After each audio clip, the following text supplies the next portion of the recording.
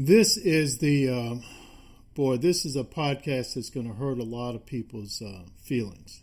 But it's not my intent to hurt feelings. My objective is to motivate folks to move forward. But before we can move forward, I'm meaning Black Americans, Black folk in the United States of America, African Americans, we have to throw off the chains that's on our mind, that's wrapping our minds. The book, The Miseducation of the Negro by Dr. Carter G. Woodson, really speaks to that. And I tell you, too, the philosophy, the Black consciousness philosophy that was developed by Stephen Bantu Biko in South Africa, that speaks to that a lot. Look, as Robert Sobukwe once said, if you liberate a man's mind, his physical oppression becomes untenable. That's paraphrase. That's not an exact quote, but it's paraphrasing. That's the general quote. I'm going to read to you excerpts from a book called A Simple Plan for Building Wealth by Craig Anthony. This is a book that was written and published back in 2015 by Craig Anthony. And he says, dedicated to every person who has decided to take control of his or her financial future. Folks, this book was written to white folks, white Americans, and this was written for Black folks, Black Americans. Again, read the dedication. Dedicated to every person who has decided to take control of his or her financial future. In that, they're saying, he's not saying, only white people can do this, or only Black people can do this. And he's not saying blame other people for your situation. Yeah, you might have been born in a bad situation. You might have had some social obstacles thrown in your way. And that's definitely true for many Black folk. But he's still saying, in that dedication, take control. You want to take control? You can. You can. You got to make that decision to do it. Simple Plan for Building Wealth. That's the name of the book. He says this here, too. The United States is an $18 trillion economy. Surely, with a little bit of ingenuity, effort, and persistence, you can make a fortune for yourself. He did not say, Black people can't do this, slavery, Jim Crow. He did not say to white folks, your mom and daddy didn't treat you right, you're misgendered. He didn't say that. He said, if you make that decision to change your financial future, hey, this is a book you want to read. And given the circumstances, $18 trillion economy, man, you got a heck of an opportunity to do that. Not a guarantee, an opportunity. And he quotes here Wallace D. Wattles, Attles. Whatever may be said in praise of poverty, the fact remains that it is not possible to live a really complete and successful life unless one is rich. Now, I don't know if I necessarily agree with that, but I tell you what, if life's going to be challenging enough, I think it's better to be someone with some money than without some money. I mean, that's my opinion. I don't know what you guys think about that. That's what I'm thinking. I'm going to read from you chapter 1. And this is again from the book, Simple Plan for Building Wealth. What if? What if someone came up to you and said, I have a simple plan for building wealth? Quote, it won't cost you anything, there aren't any gimmicks, and you can start using it regardless of your age, income, education, or amount you have in the bank. This simple plan will take only one sitting to read and will transform your life. It will take you from where you are today to complete financial freedom at the pace and rate of your choosing. End quote. Would you believe him? Well, this plan exists and you're holding it in your hands right now. It shows you what to do, how to do it, and most importantly, will get you measurable results. Once you read it and begin implementing its ideals, you will begin altering your everyday existence by freeing yourself from the shackles of financial want and mediocrity. You can be wealthy. All it takes is some follow through with what you learn within these pages. The process is far simpler than you ever imagined. Folks, if you're Black, reflect on that page and then start talking about and thinking about and studying the reparations movement. You don't have control over the success of the reparations movement. If every single black person in the United States of America said, I support reparations, I want the United States government to give me a check because I'm black and I'm a descendant of slaves or whatever, you really don't have any control of that. This is a constitutional republic. And that's something that has to be, after it's been thoroughly debated, and someone's got to put a bill in his legislature and then go after it. You don't have any control over that. But what's written in the pages of this book, A Simple Plan for Building Wealth, you have control. As it just said in that first page, first chapter, the thing you got to do is make a decision. Only thing you have to do is make a decision and move forward. I'm going to read the second page. I'm going to read the second page here. Today's the day you change your life. Today is the day you change your life. You decide. Now, today, I want something different. I want something better. You don't have to wait for some Congress to debate and decide on reparations. You don't have to wait for some Union Army officer to come in and say, hey, y'all free now. You decide. Today, now. Let me read some of this in here. There comes a time in life when you finally realize that you must take control of your financial future. You aren't going to live forever, so you must make the most of the short time that you have on this planet. What better way to do that than by becoming rich? Once you get the problem of money out of the way and become financially independent, no one can tell you what to do any longer. At that precise moment, you become a servant to no one and gain complete freedom to focus on anything you choose. For the rest of your life, you can do as you please because you want to, not because you have to. That's what success is all about. Reflect on that. Folks, reflect on that. That's all I'm saying to you. Reflect on it. You don't have to agree with it, but just reflect on that. Why financial independence? Why financial freedom? So that you can do the things that you want to do.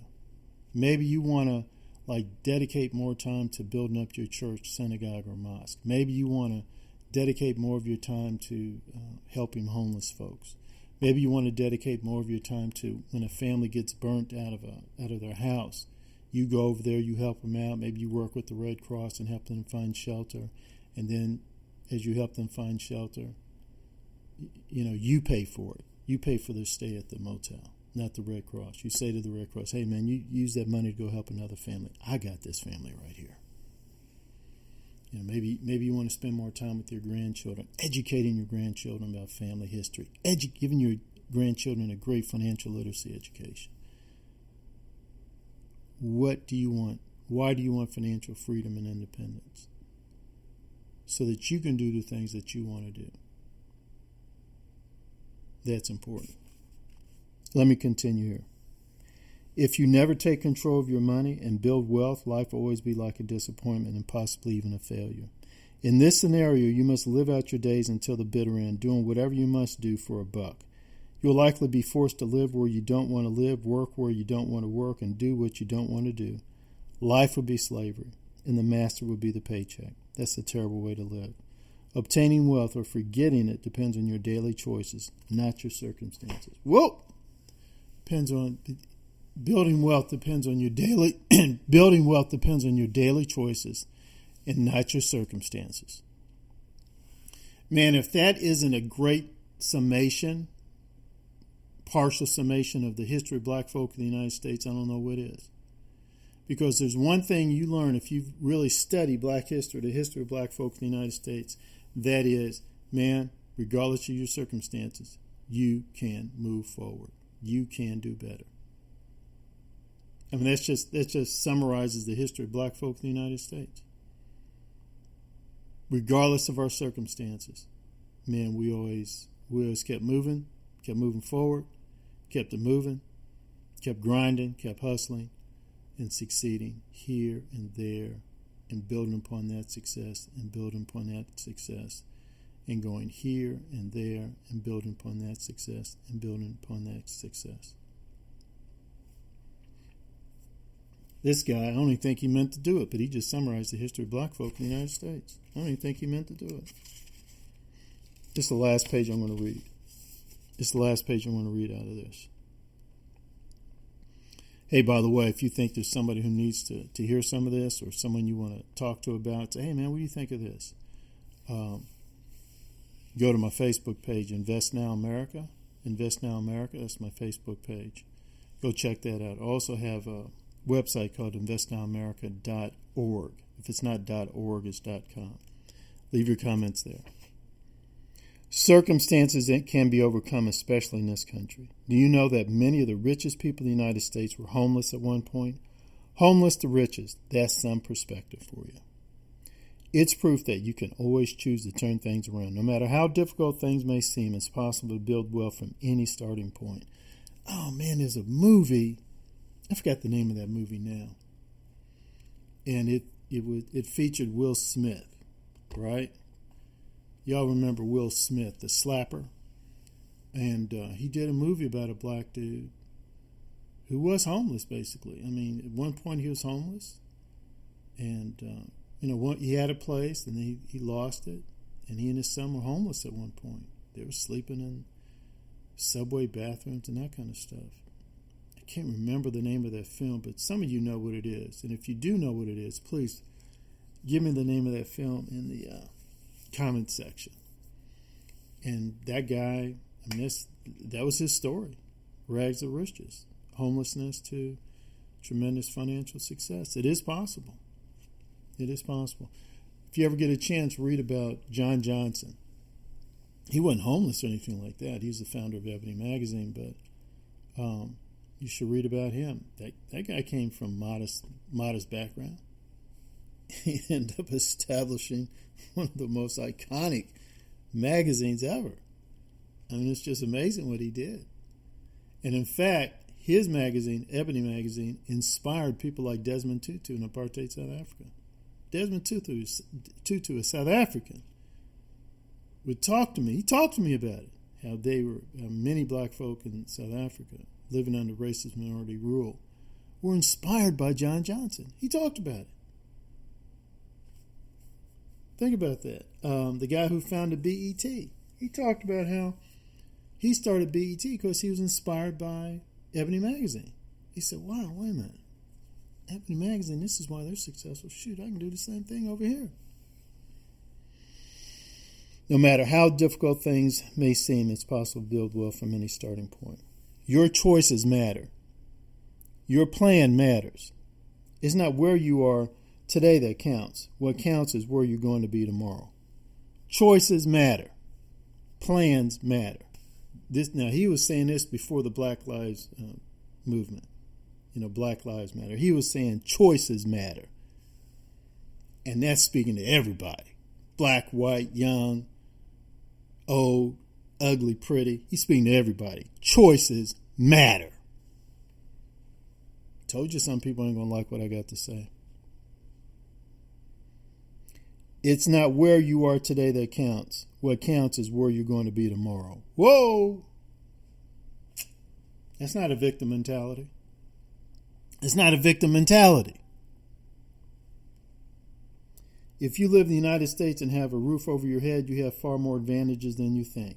You are undoubtedly in a position to become rich. Make no mistake and make no excuses about it. Your financial situation will change only if you change. Lasting financial success never happens by accident. Oh my, this guy. This guy's just smacking people upside their heads left and right. Roland Martin and Jesse Jackson, they don't like it when they hear somebody like this.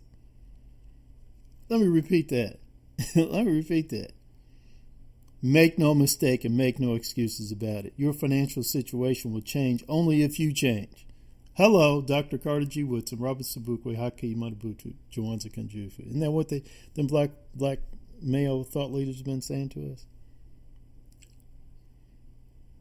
Lasting financial success never happens by accident, and it's not going to happen by some government check.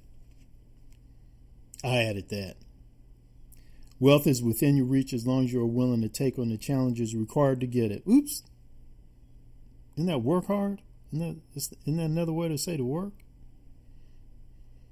Right now, you face a trade-off. You can spend the short time it takes to read this book and learn how to build wealth and create an abundant financial future, or you can spend that time on something else less important, such as the reparations movement. Hello. Talking to a couple of ministers here in the city of Louisville. Your financial future is your choice, no one else's. I'm going to stop there. I'm going to read some more later. Please, let me know if you agree or disagree with what I just read. Do you partially agree, fully agree? I don't know. Partially disagree, fully disagree? I don't know. Let's have a discussion about it. Black folk in America, we need to have serious discussion about this. It's important. The future, our children's future depends on it. And I'm telling you something else too. The future of the United States of America depends on it.